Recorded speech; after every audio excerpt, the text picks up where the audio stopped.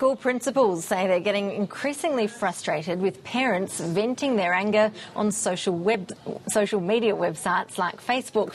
So frustrated, in fact, they're threatening legal action against parents who slander or defame school leaders online. Earlier I spoke to Stephen Breen from the WA Primary Principals Association. Stephen Breen, thank you for your time. How big a problem are abusive parents using social media to send messages to principals?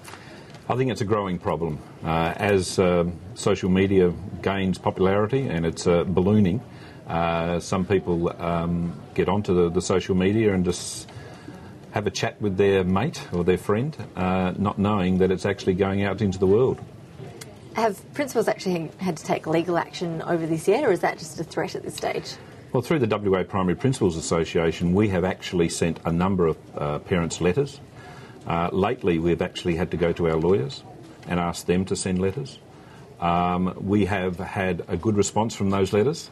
I don't think parents understand the ramifications of their actions by actually printing some of these things on the social media. Because it is a very public forum, and I guess it's not good for the children either to have their parents engaged in a very public battle like that with their school. Well, it's interesting. I don't think some of the parents realise that it's a public forum. I think they're actually talking to their friends. But because of the way social media is actually made, it balloons out. It can go viral to such an extent that one person would then send it on. And it's like talking in the news agency or in the shopping centre. Oh, this happened there and da-da-da. So a lot of the things are third, fourth hand. And they're quite damaging.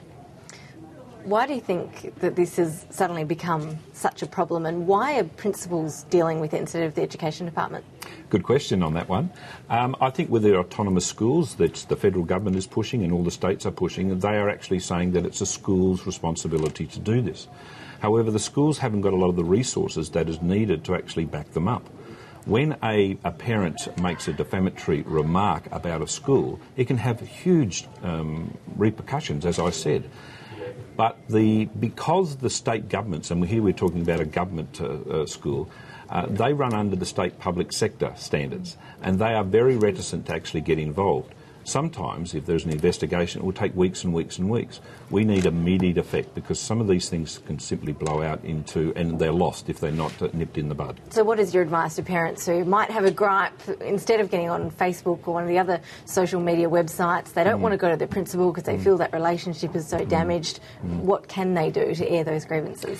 Well, all the government schools actually have a complaints management team that they can actually go to their head office. The head office will actually get back to the school. But we're not big ogres. I would ask all parents, if they've got a concern, to actually come to the school. One of the problems is nowadays, and it's a modern phenomenon, is that basically people don't like some of the answers.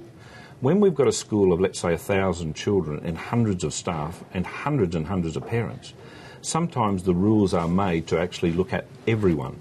And you've actually got to make some rules that maybe the P&C has developed, so that go for everyone. They don't like that, and then they get very vindictive out into the public. Are you saying that parents are getting more precious?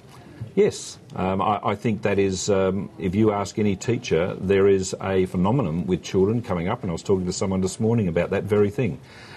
Parents are very, very protective, which is fine. However, they've actually got to look to the professionals about educational development, and we do that fairly well in Australia.